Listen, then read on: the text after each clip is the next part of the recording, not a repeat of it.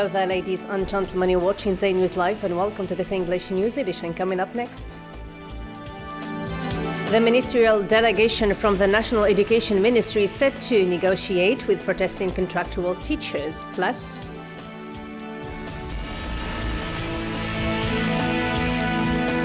former Energy Minister Chakib Khalil attends a cultural event organized by the religious school of Mohiuddin in Mascara province. And later on in our news program, according to Human Rights Watch, at least 30,000 civilians have fled fighting between armed groups and rebel factions in northern Syria in the past 48 hours.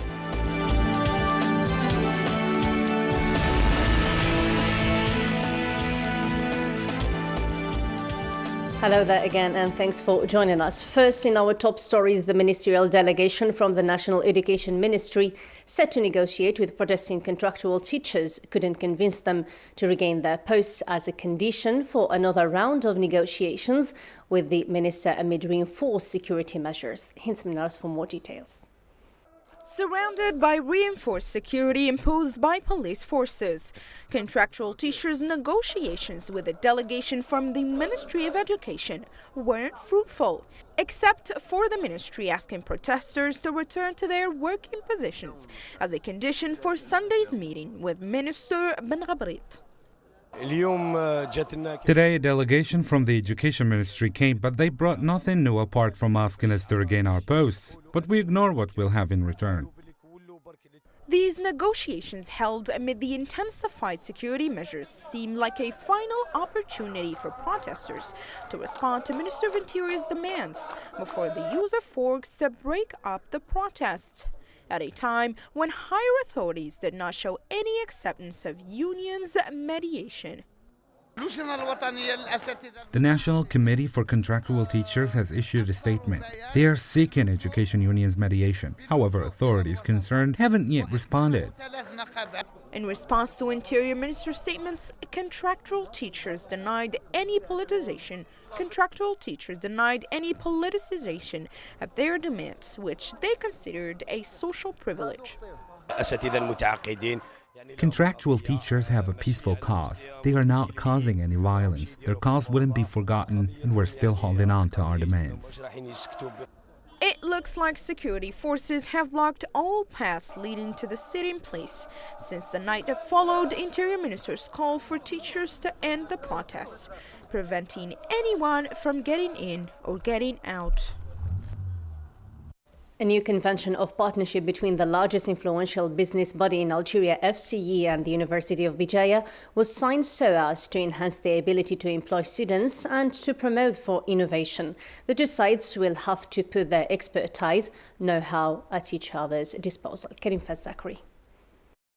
A convention of partnership for enhancing the employability of students and the promotion of innovation in cooperation framework and perennial exchange was signed between the University of Abdurrahman Mira Bijaya and the Office of the Algerian Business Forum, FCE. The University of Bijaya will have to put its expertise, know-how, skills and research areas within the reach of entrepreneurs of the province. In return, the latter will have to improve the recruitment of graduate students or their placement in internships during their studies. Today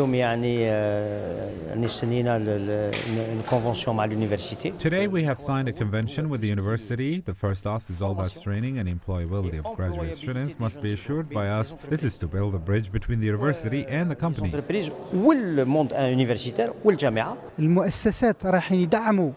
Companies are going to assure the internship and training as well as scientific training through financial contribution as a backup for some pedagogical and scientific activities. University students is thus required to head for the largest influential business forum in Algeria so as to propose their ideas and apply them in the field. This would constitute a solid link between research and business worlds. This is a practical training which would meet the needs of the company. When we do that, this means that even the needs of the students are covered by finding an appropriate job instead of going idle instead of training, and then he has to look for a job. Like this, the students, at least he has a perspective. He knows that a given company requires given competence and skills, so he goes there directly.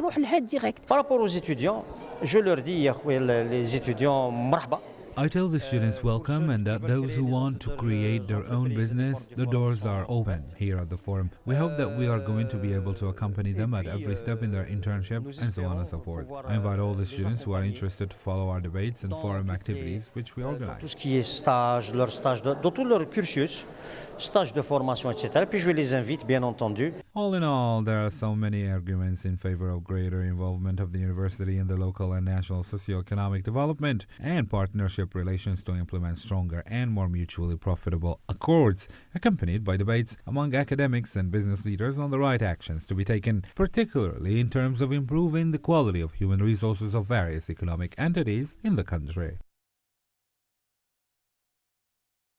Moving on to another trending story, former Energy Minister Chakib Khalil attended a cultural event organized by the Zawiya, or religious school of Mohiuddin in the western province of Mascara, which coincides with the National Day of Knowledge. Mustafa Azok for more details. It has been less than 2 weeks since the former Energy Minister Chakib Khalil was honored at the religious school of Sidi Mohammed bin Marzouk in Jilfa province. Chakib Khalil made another appearance, this time in the proceedings of an intellectual gathering organized by the Zawiya of Mohiuddin in Mascara province. I would like to thank the scholars of the Syria of Mohiuddin in Mascara province for inviting me to attend such an important event, which coincides with the National Knowledge Day. As the Prophet said, seek knowledge even in China. We only hope for the best for this country, and God's willing everything will be alright. According to experts, his return is set to stir controversy in both the national political and media scenes, notably after high-profile figures expressed their utmost support to the former energy minister.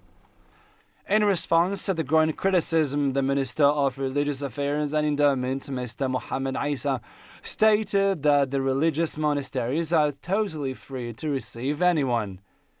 It appears that Chakib Khalil's return will continue to make the headlines in the upcoming weeks. Perhaps his first appearance at Sidi Mohammed bin Marzouk Zawiya was not just a mere appearance, but his first step towards paving his way back to the national political scene.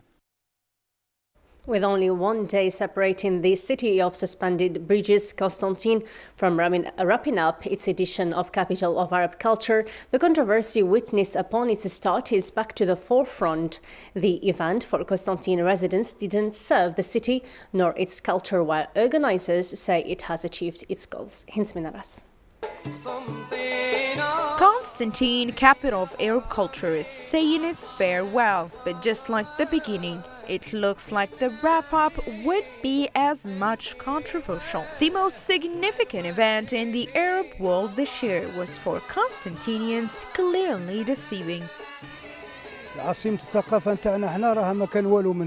We haven't seen a thing from Capital of Arab Culture. What's the use of bringing artists for millions of dinars and the roads are shabby and worn out?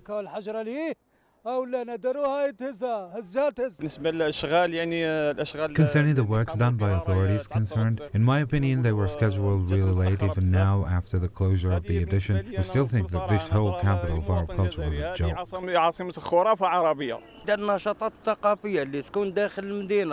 There is no hint whatsoever of any cultural activities inside or outside the city. When the event first kicked off, we've witnessed the festivities, but after that I wasn't convinced at all. For their part, the event's organizers say otherwise, stating the event's program was anything but a failure, being up to their expectations. The program has been achieved in collaboration with the National Office of Culture and Media. The last week of the event was held in Constantine. We've organized cultural weeks for every neighboring Arab country, even if some countries' participation wasn't witnessed. This event was up to expectations. We fulfilled everything we've agreed on and even added some activities like some international conferences that were held in Constantine, since it wasn't related to the cultural theme of the event. Between organizers' satisfaction and public's disapproval, Constantine, capital of Arab culture, wraps up leaving behind some achieved projects and some others pending in one eventful yet disappointing year.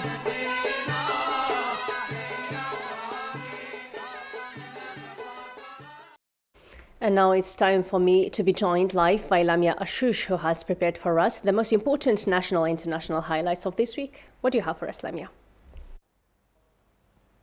Thank you, Nadia. This week has been very eventful indeed in Algeria, as French Premier Manuel Valls led a large French ministerial delegation to Algeria this week with an agenda of boosting bilateral cooperation with Algeria in all fields. But this visit was surrounded by controversy both in Algeria and France following the Panama Papers leaks scandal. Algeria scolded France about Le Monde newspapers reporting on the leaks, putting President Bouteflika's picture in its opening page amongst other world leaders directly involved in the scandal. But scolding wasn't all there was for Algeria, as it barred two French journalists that wanted to cover their prime minister's visit. This sparked outrage in France, accusing Algeria of hindering press freedom and consequently boycotting the coverage of Valls' visit. The latter in Algeria held a very diplomatically cautious rhetoric, insisting on the friendship and strategic relationship between Algeria and France. Now, did all this controversy swirling around the visit affect France's economic interest in Algeria? Yes and no. Several partnership deals have been signed between the two sides in different sectors, but the project that everybody was waiting for got abruptly postponed on the last minute. The Minister of Industry and Mines said that the project was still under study, although it previously declared that everything was ready for the signature. Could this be the government's way of pressuring France or scolding it for its media coverage that insulted one of the most important institutions in Algeria, as described by Prime Minister Abdelmalek Sellal, or is it just a mere coincidence?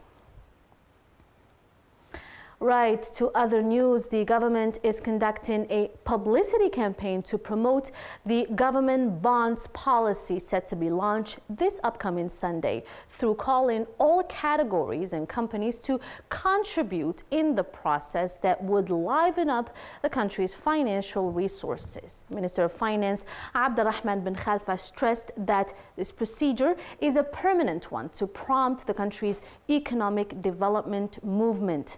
To illustrate, a government bond is a bond issued by a national government, generally with the promise to pay periodic interest payments in order to support government spending.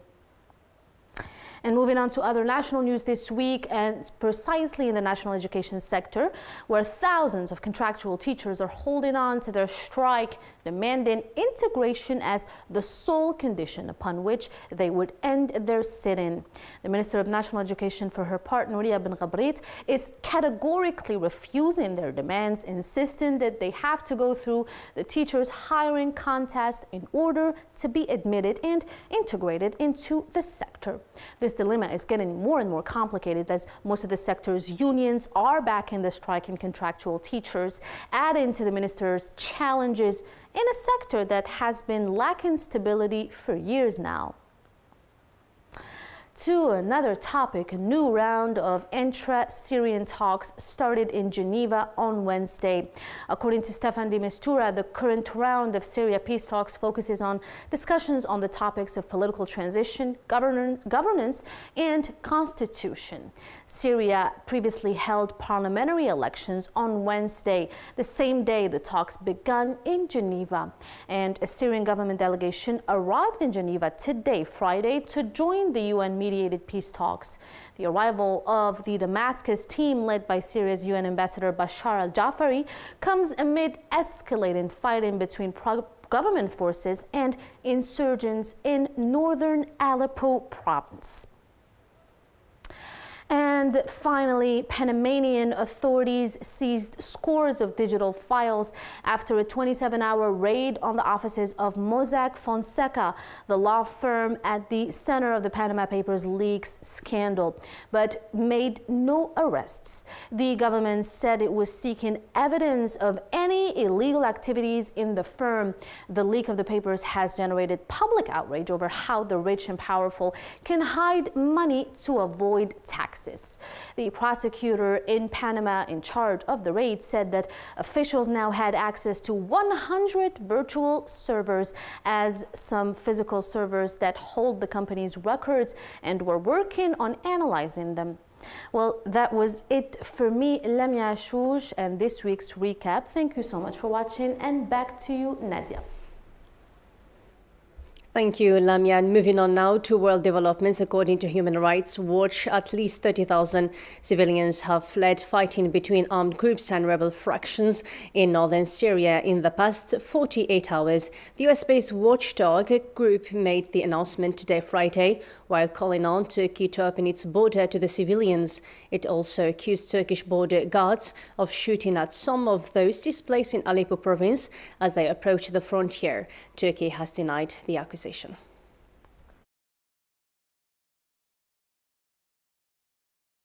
Many legal experts, opposition figures and many other protesters took to the streets today, Friday, past Egypt's government statements released on Saturday that the islands of Tiran and Zanafir fall within the territorial waters of Saudi Arabia as stipulated in a maritime border agreement signed between Cairo and Riyadh in the previous day. Karim Fazakri. Egypt and Saudi Arabia agreed to maritime borders that handed ownership of disputed Red Sea islands Tiran and Zanafir over to Riyadh. The agreement, which will be presented to Parliament for ratification, ended up today, Friday, by massive anger by protesters who vented their anger at President Abdel Fattah al-Sisi's decision to give Saudi Arabia control of Red Sea islands of Tiran and Zanafir.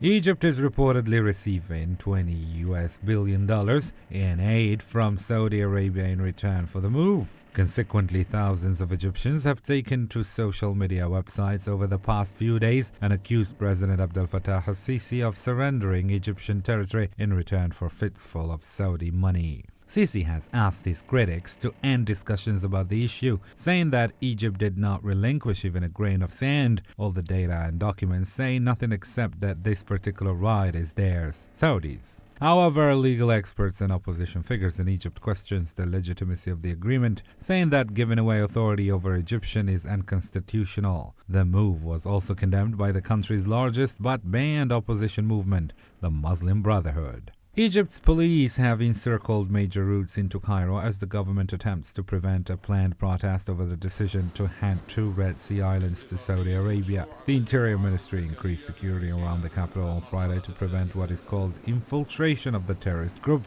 a reference to the banned Muslim Brotherhood. Though the authorities have accused the Brotherhood of organizing tendentious protests, a variety of groups have called for protests too. The ministry on Thursday night put out a statement urging Egyptians not to get carried away by tendentious calls for protest and warning against any attempts to break the law. Tiran Island is located at the entrance of the Straits of Tiran, which separates the Red Sea from the Gulf of Aqaba. Its strategic significance lies in the fact that it's important sea passage to the major ports of Aqaba in Jordan and Eilat in Israel.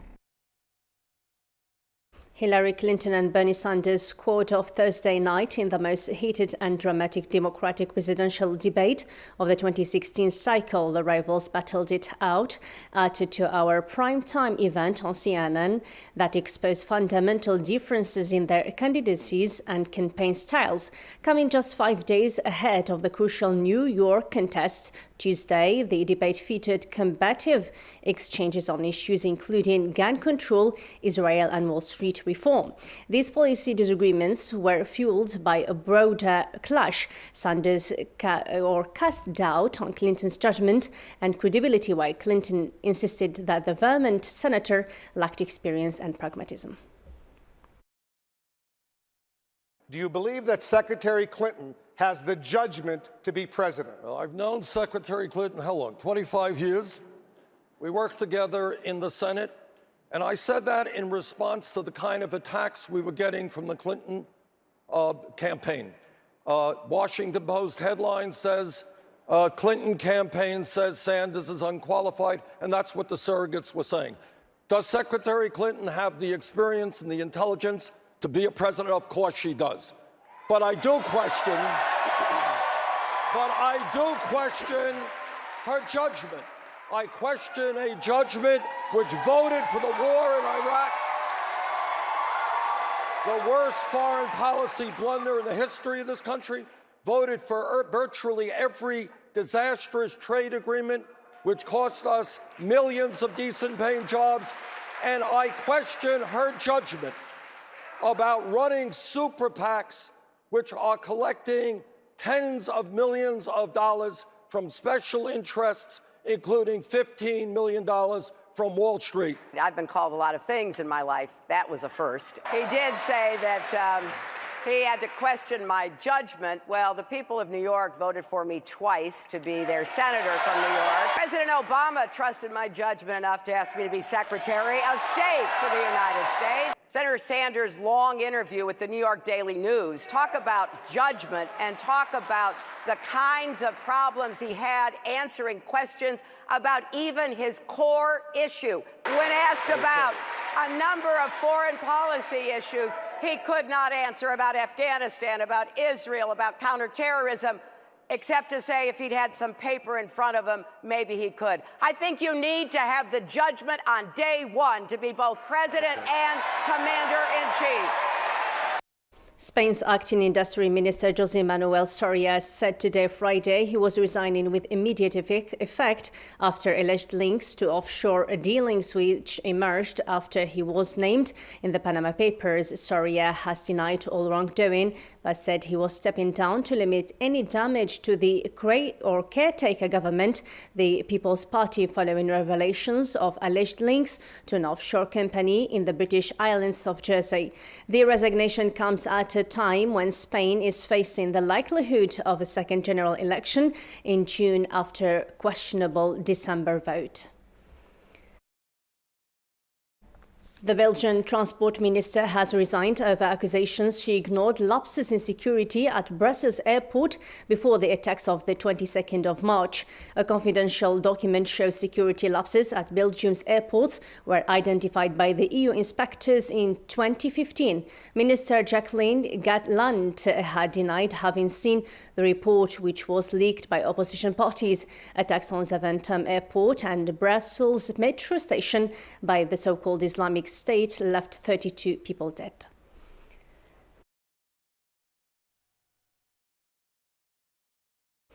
China's economy grew at an annual rate of 6.7% in the first quarter of the year. It is the lowest or the slowest quarterly growth in the Chinese economy in 7 years, but in line with expectations and China's own growth targets. In the final quarter of last year, the economy expanded by 6.8%. Friday's figures confirm the slowing trend in the world's second largest economy, but there are pockets of growth. Investment in industrial assets and infrastructure registered a surprise jump by 10.7% in the 3 months to March when compared to the same year last year. And finally, Algiers-based club of Nahad Hussein Day beat USM Belabès 1-0 as part of Algeria Cup semi-final on Thursday at the 5th of July Stadium. Nahad fans waited until the 91st minute of the game to see the first and sole goal of the match. The latter was scored by the Megembi. It is worth recalling that Nahad Hussein Day won the title in 1979, and it was the last time they played in the final.